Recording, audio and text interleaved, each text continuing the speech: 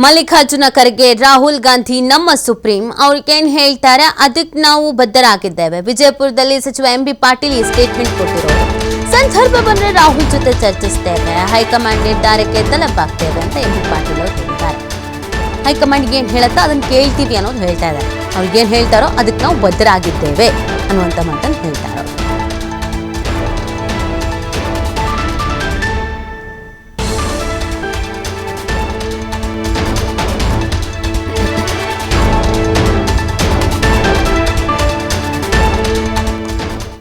ಅವರು ನಮ್ಮ ಎಐಸಿಸಿ ಅಧ್ಯಕ್ಷರು, ಅವರು ಕೆಐಸಿಸಿ ಸುಪ್ರೀಂ. ರಾಹುಲ್ ಗಾಂಧಿ ಅವರು, ಖರ್ಗೆ ಅವರು ನಮ್ಮ ಸುಪ್ರೀಂ. High command supreme.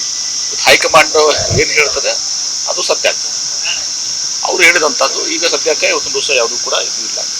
ಮುಂದೆ ನಾವು ರಾಹುಲ್ ಗಾಂಧಿಯವರು ನಾವು ಎಲ್ಲ ಕೂಡ ಚರ್ಚೆ ಮಾಡಬೇಕಾಗ್ತದೆ, ಅದೇನಾದರೂ ಇದು ಇದ್ರೆ ಅಂತ ಮಾತನ್ನು ಹೇಳಿದ್ದಾರೆ. ಖರ್ಗೆ ಅವರು ನಮ್ಮ ಎಐಸಿಸಿ ಅಧ್ಯಕ್ಷರು, ಅವರು ಕೆಐಸಿಸಿ ಸುಪ್ರೀಂ. ರಾಹುಲ್ ಗಾಂಧಿ ಅವರು, ಖರ್ಗೆ ಅವರು ನಮ್ಮ ಸುಪ್ರೀಂ. High command supreme. ಹೈಕಮಾಂಡ್ ಏನು ಹೇಳ್ತದೆ ಅದು ಸತ್ಯ ಆಗ್ತದೆ. ಅವರು ಹೇಳಿದಂಥದ್ದು ಈಗ ಸದ್ಯಕ್ಕೆ ಇವತ್ತೊಂದು ದಿವಸ ಯಾವುದೂ ಕೂಡ ಇದು ಇಲ್ಲ. ಮುಂದೆ ನಾವು ರಾಹುಲ್ ಗಾಂಧಿಯವರು ನಾವು ಎಲ್ಲ ಕೂಡ ಚರ್ಚೆ ಮಾಡಬೇಕಾಗ್ತದೆ, ಅದೇನಾದರೂ ಇದು ಇದ್ರೆ ಅಂತ ಮಾತನ್ನು